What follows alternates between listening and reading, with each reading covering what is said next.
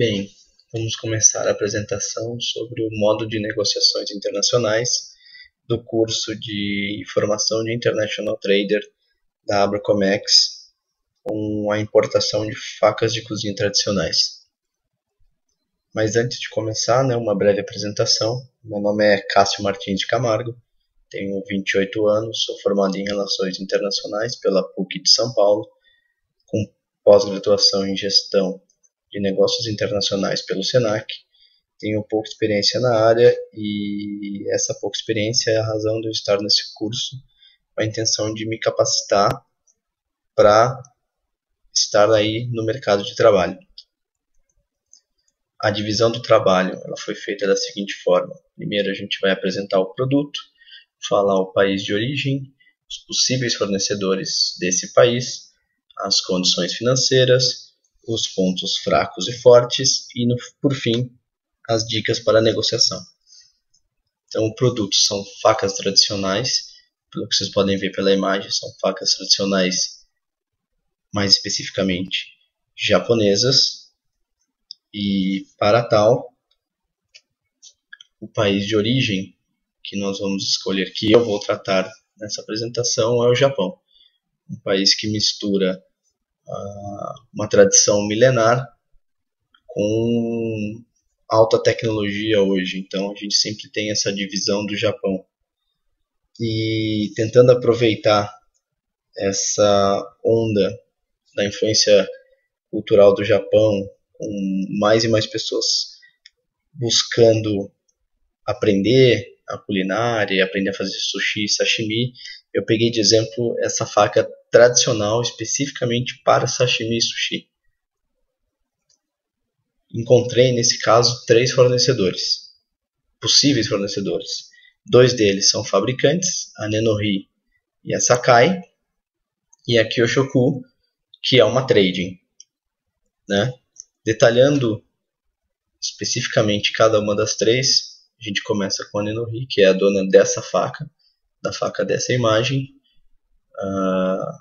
O preço vocês podem ver que é um pouquinho salgado, mas é porque todas as facas são feitas artesanalmente. Ela exige apenas uma faca, como ordem mínima para venda. Tem uma capacidade aí de fornecer 50 peças por mês e o pagamento é por transferência telegráfica. A Kyoshoku, que é a trading, é a dona dessa faca. Ela tem um preço um pouquinho mais barato, $185. Aceita uma quantidade maior, mínima, então para você fazer um pedido você precisa ter no mínimo 6 peças e tem uma capacidade de fornecer 100 peças por mês. Também aceita apenas transferência telegráfica. Por fim, a Sakai, que é a dona dessa faca. O preço aí varia de 168 a 188, sempre varia de acordo com a quantidade pedida. Exige um mínimo de 3 peças e tem uma capacidade mês de 60 peças. A diferença é que aceita o pagamento via PayPal. Aí a gente vai para as condições financeiras. Todos os possíveis fornecedores aceitam o pagamento por T/T, que é a transferência telegráfica. Pelo que eu vi, é uma transferência bancária ou algo muito similar a uma transferência bancária. Eles também aceitam o pagamento via PayPal, no caso da Sakai. E o pagamento é sempre considerado adiantado, já que em todos os casos o prazo de entrega varia de 30 a 45 dias e ele começa a valer depois de feito o pagamento. Quais são os pontos fortes e fracos? Nos 3 casos são produtos basicamente artesanais e um valor agregado muito alto, visto que como são artesanais, eles são diferentes, são feitos quase que manualmente. Aí. São empresas com pelo menos 28 anos de existência, de acordo com o perfil delas. A mais nova tem 28 anos. E empresas que já exportam para diversos países. Os pontos fracos. O pagamento é basicamente adiantado. Nenhuma delas disponibilizou site, né, onde eu busquei, e não há possibilidade de uma compra muito grande. O máximo aí são 6 facas por mês, apesar do valor agregado razoavelmente alto. Então, se você tiver uma demanda muito alta, é bem provável que você não consiga atender com qualquer um dos 3 fornecedores. Aí a gente entra na dica para negociação, especificamente com o Japão.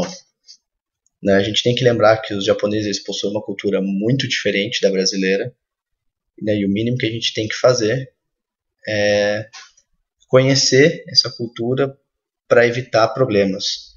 O povo japonês ele tende a ser muito organizado, portanto é preciso que tudo seja tratado e acordado com antecedência, e atitudes imprevistas, tal qual mudanças nas datas e horários de encontro, podem ser vistos de forma negativa. Então, sempre tem que tomar cuidado e ser pontual, uma diferença muito grande em relação a nós brasileiros. A troca de cartões é um ritual de grande importância na hora da negociação. O ideal é que o cartão tenha uma tradução para o japonês, porém inglês também é aceitável. Nós temos que lembrar que a grande maioria dos japoneses não fala inglês. Então, na hora da troca desse cartão, é preciso que o requerente seja o primeiro a entregar o cartão e sempre usando as duas mãos.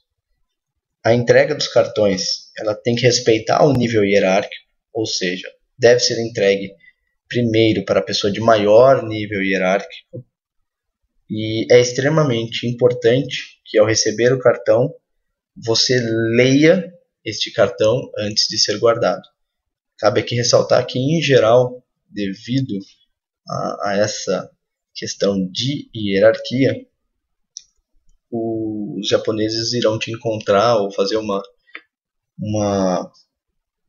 negociação com você com mais de uma pessoa. Então, talvez seja importante você também ter mais de uma pessoa.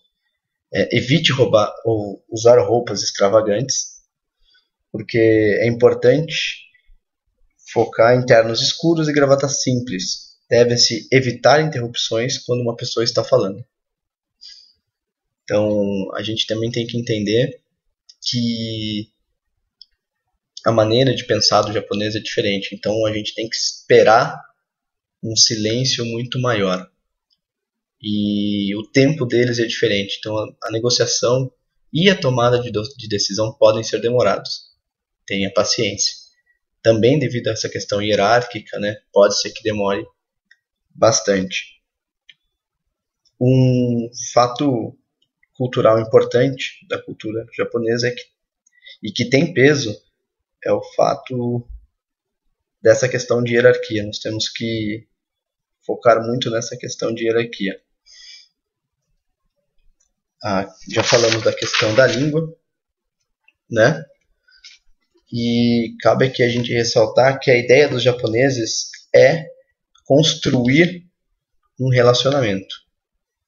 Então, é importante que você, negociador, se venda antes de vender essa parceria, porque eles querem realmente construir este relacionamento.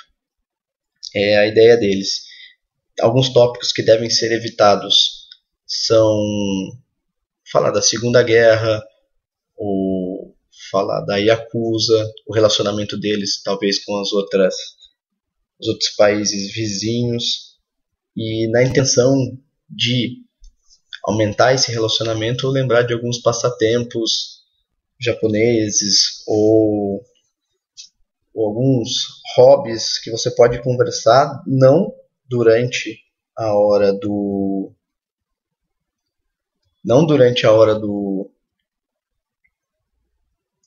da negociação, e sim talvez em algum happy hour que irá acontecer quando vocês depois provavelmente dessa negociação.